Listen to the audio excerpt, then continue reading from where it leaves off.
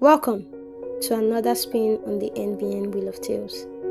Tonight, we travel to a time of gold and wisdom, across deserts and kingdoms, where two powerful rulers met and changed the course of generations. This is a story of questions, gifts, and a son who would carry two worlds in his name. This is the legend of the Queen of Sheba and King Solomon. Long ago, in the land that would one day be called Ethiopia, there ruled a queen. She was wise, beautiful, and powerful, a ruler in her own right, commanding the respect of her people. They called her Makeda, Queen of Sheba. Far to the north, stories reached her court, tales of a man in Jerusalem known for his unmatched wisdom, a king named Solomon, said to speak with clarity, to judge with fairness, and to understand even the riddles of the heart. Curious, the Queen of Sheba gathered a caravan. She loaded camels with gold, spices, and precious stones, and set out across the land. She was not going to visit a man, she was going to test a legend. When she arrived at Solomon's court, she didn't bow, she brought riddles instead. And Solomon, he answered them all. Not with pride, but with calm.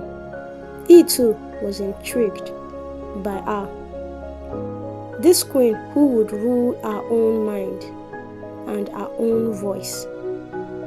Days passed, talks turned to friendship. Friendship grew into admiration. Some say she stayed weeks, others say months. What they do agree on is this: when she left Jerusalem, she didn't live alone. She carried with her a son.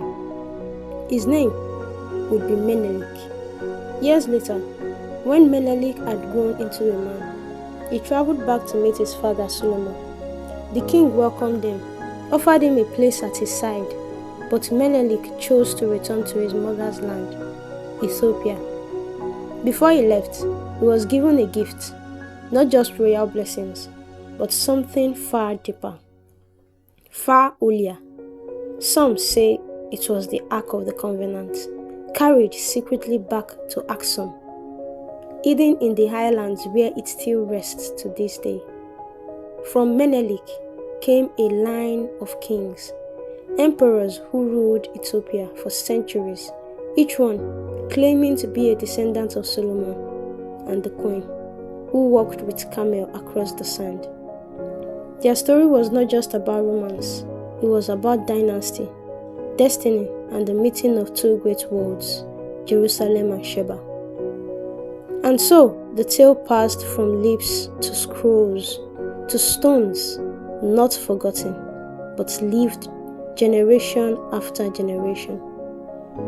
As the wheel slows and the tale fades, we remember some stories are not just stories about love or power, but about the roots of a people and the dreams of kings and queens.